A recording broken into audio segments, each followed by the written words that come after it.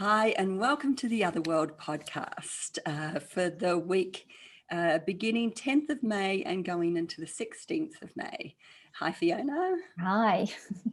I'm going to start off this week, and I'm not going to say it's a big week, but it's It's a I'm not big going to week. say it. I'm not going to say it. There's a few things. I'm just going to go through what's happening and then I'll put it into some kind of context. We have today we have Hecate is conjunct Parvati, which means probably nothing to most people, but Hecate is the witch, the crone, the wise woman, and she's in complete alignment, as in they're sitting right on top of each other in the skies with Parvati. And Parvati is the goddess of sacred union. So it's that place of balance within.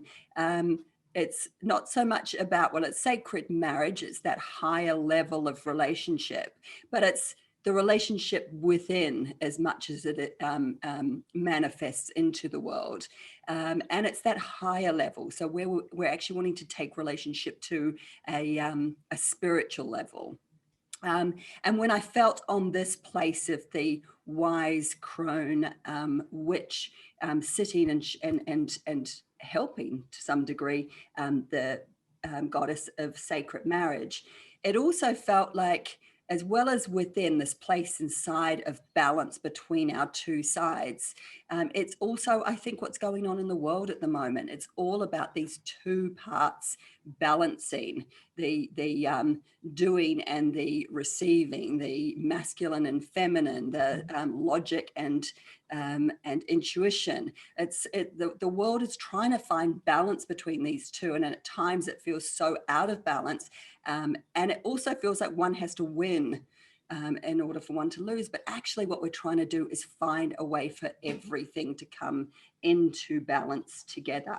So that energy starting the week felt really beautiful and big, because I think it speaks to a lot of other things that are going on this week.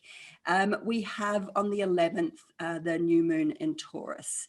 And it's a beautiful place for the new moon to happen and for us to seed what we want to grow over the next week, month, year.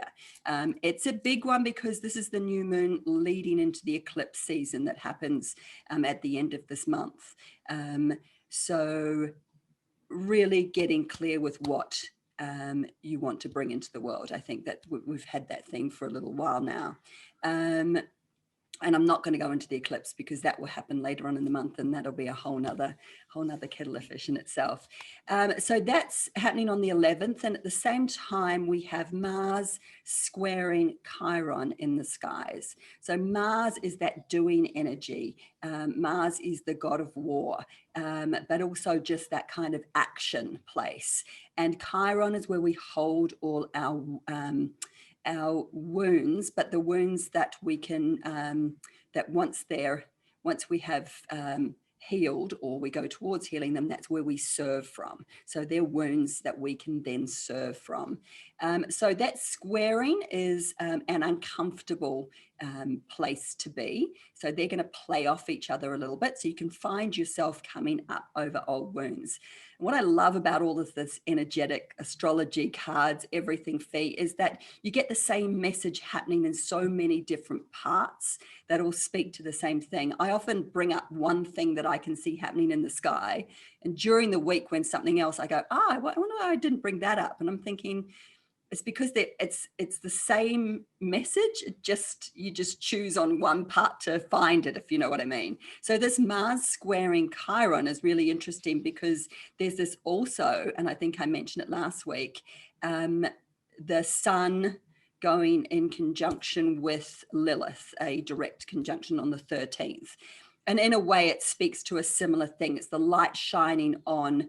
And I spoke about Lilith last week, and I just want to expand a little bit on that. There's three parts to Lilith. And the part that is coming in conjunction with the sun is Black Moon Lilith. And that's the third stage.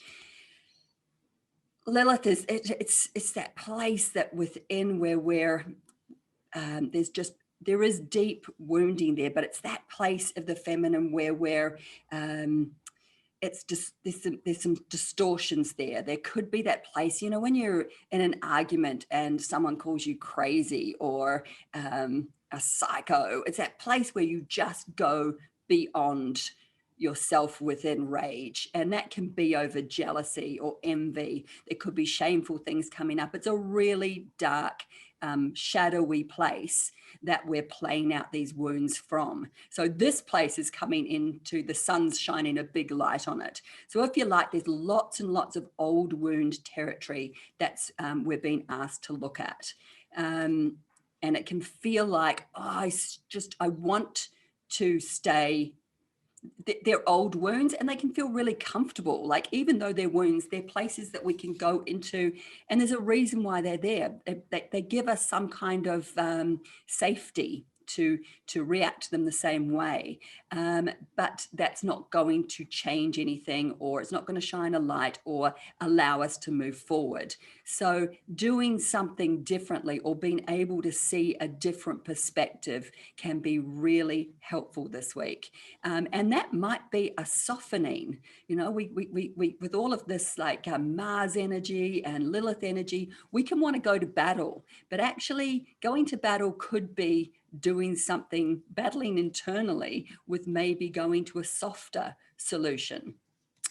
Rather than to that, getting the shield and the sword and everything and going to battle that way. There's lots of different ways to handle this. And I think we're being asked to look at things from different perspectives and maybe find places inside that wouldn't traditionally feel like where you would come from. I mean, I got so much Aries energy. I can go to those battle places really easily, and I can feel that I'm being asked to look for gentler solutions to the things that are coming up at the moment. So that, I think, is a theme.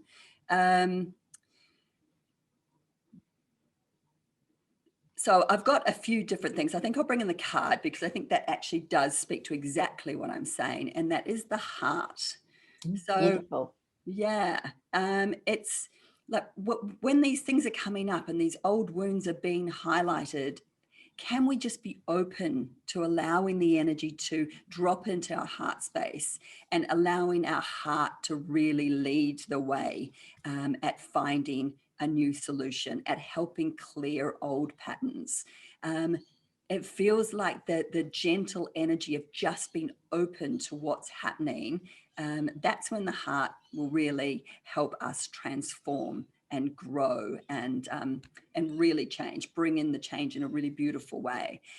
So some of the questions that I'm feeling coming up is around truth again. Are we living our truth? What is the truth anyway? Like, can we question what we believe to be true? Is it really true? That at the moment we've got such opposing views on the planet and everyone wants to sit in their place of rightness. But can we look to where there is an understanding to happen between all of it, somewhere in between? I think we're being asked to look at the in-between place, and also opening our hearts to people who have different views in the world, because it isn't black and white. There is no yes or no at the moment. There's so much unclear as to what is the truth, even if we sit in a position of thinking we're in our truth. Is it really the truth? What is truth? So these are the questioning that's coming up. Can we see someone else's perspective? There is this place of, do we want to find balance and peace, or do we want to win? It's a really big question when we go into any kind of communication at the moment. Going in with that attitude of I'm right and I want to win. Really, what are we going to actually come out of that with at the end of the day? I think that's quite big this week as well. So, and then there is this feeling of, at the end of the day, it's the same side. It's the two different sides of the same coin. So we could go in there thinking, I'm righteous, I'm right, I'm, coming at this from this spiritual or higher place, or whatever it is that we're telling each other that are just messages in our head. And they're wrong. Actually, probably if you're feeling that passion about something, it's probably just the two sides of the same coin. And can we just allow all of our ideas and truths to drop into our heart, but to also drop through our energy bodies as well. Coming from as neutral a place as possible feels like a beautiful goal to work through this week. And one other little place is Jupiter entering Pisces. And I think I spoke a little bit about this last week. Jupiter is that place of expansion. It's this really beautiful energy. And Jupiter has been in Aquarius.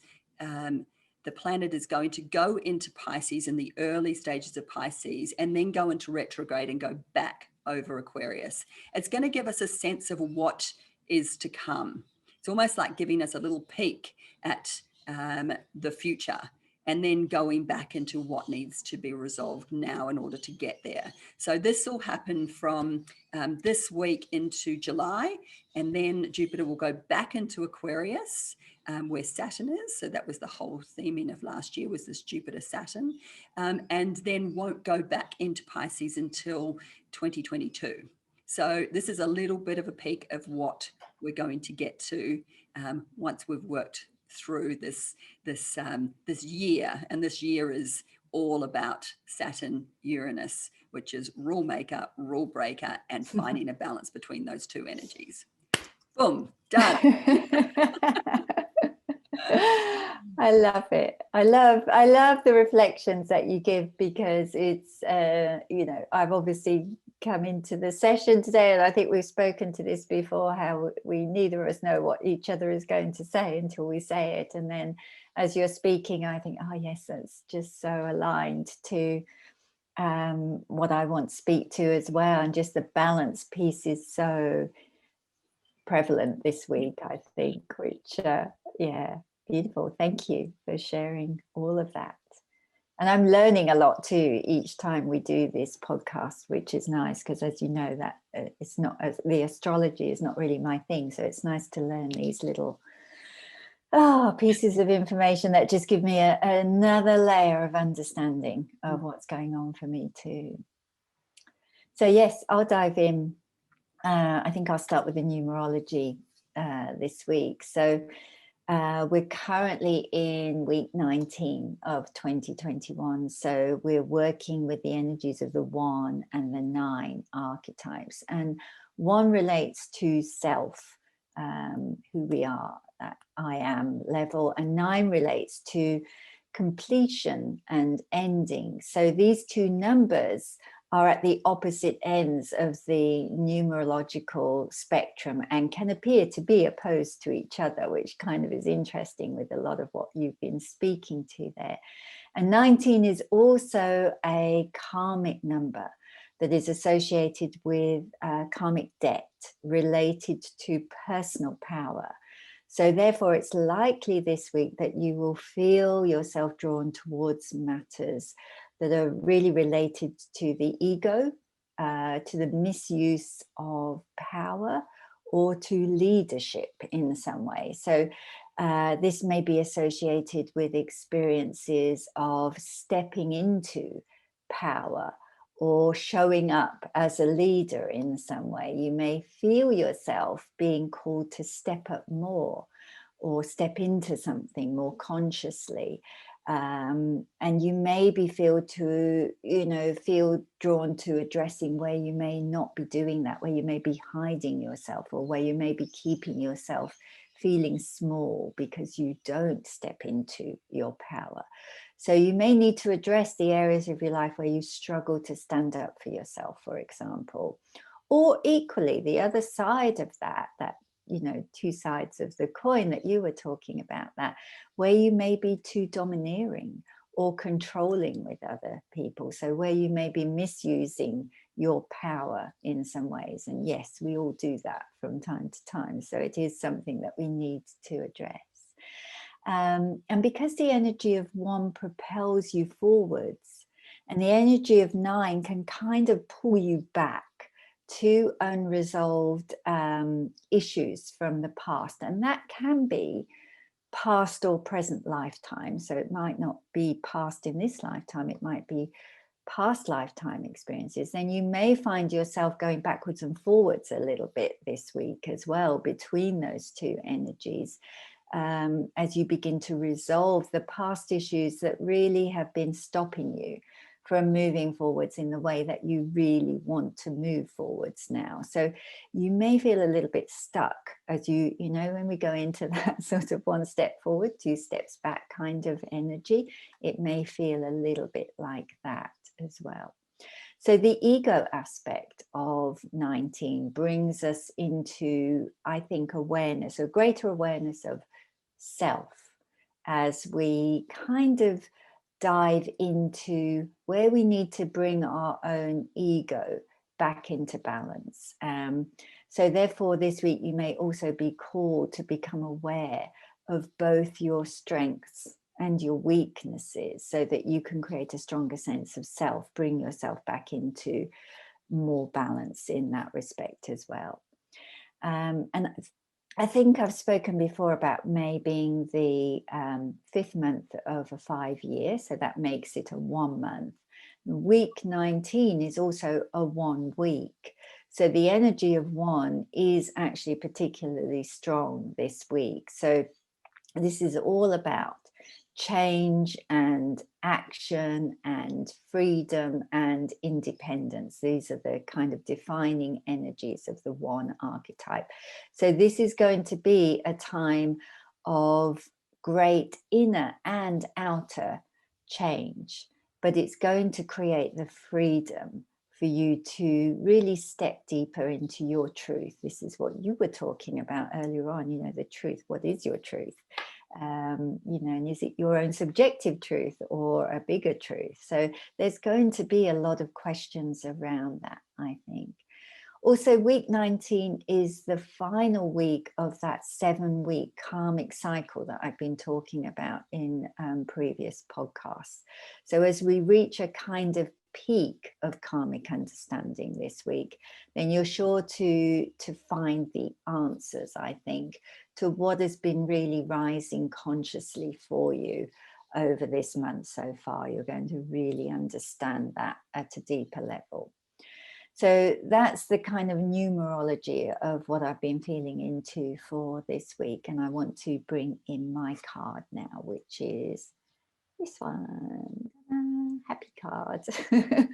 And I kind of love this card because I've been completely connected to the energy of the sun for several months now, as I've been kind of diving into some deep inner, I think, understanding of my own need for light and energy and heat from the sun. It's been kind of a personal journey that I've been on for a while now. And just exploring that connection that I have with the sun. I just am a real sun. I would be a sun worshipper in days gone past, I think. So I've been learning recently about how the sun is perceived in different Aboriginal cultures and how she is often perceived as a woman in many of their traditions. And this makes perfect sense to me, as I've always felt a very feminine connection to the sun rather than a masculine one. And there is a tradition, I think it's in the, oh no, I'm probably not going to say this right, but I think it's Yolngu Aboriginals of the far south north. And in that tradition, she is known as a sun woman. And she lights a small fire every morning that we see as dawn. And so for me, this card kind of beautifully signifies that morning light that sort of lights the way for our day ahead. So I feel like it's a guiding light for the week ahead that we can all kind of use and tap into as we transition through or navigate our way through these interesting energies. So we will always know that every morning the sun will light a new pathway forwards for us for that day to follow. So it feels kind of really uplifting. And inspirational. I just love that energy. So I then dived into the Akashic Records and got a very short message from the Akasha this week, but it felt really insightful. And it was that there will be much to traverse this week, but there is nothing that will surface that you are not ready to witness. You are here now at the perfect time, because you have in this lifetime or previous lifetimes asked for it. Your soul knows that you are ready to evolve at a rapid pace. Your soul requires you to take action and trust in your own ability to hold that space for yourself. Do not look back, because the past is no longer the key to the future. The future is being created in this moment. So all you need to do is look forwards, be clear on who you are becoming, and trust in your ability to become who you really are. And I thought that was a beautiful message. So an interesting one for us all to sit with. And that's really me for this week and the energies. Oh, I love that, Fee. I was just completely in that Akashic message then, because it felt like it was speaking directly to me. So thank you for delivering that. It actually really is a beautiful energy, given that we're sitting in so much. It felt so incredibly supportive and affirmative, and that what we're going through is so needed and the right, it's right regardless of what it feels like. It's the right path, I guess, is what I'm trying to say. Because Absolutely. there's been lots coming up for me as well, so love that. And love the sun card too. I am a sun worshipper too, so I feel very supported in that. Yes, and I think you mentioned a few weeks ago that you'd been having this connection to the sun too. It was really interesting to me at that point, and I forgot to speak to it when we were on the podcast. But yes, it's just that energy is so strong at the moment. Yes, and with that, it's a beautiful place to leave the listeners, and that is look into your sun sign. Because I know that in modern astrology, we've all sort of started to go to that rising and go to the to the moon signs, and just coming back to that place of sun. It is the largest celestial being for us here on Earth, and we can't ignore that place inside. So maybe reflecting on both Fee and I are Tauruses, so having that energy, that bull energy around this week might also be supportive. Yeah, absolutely.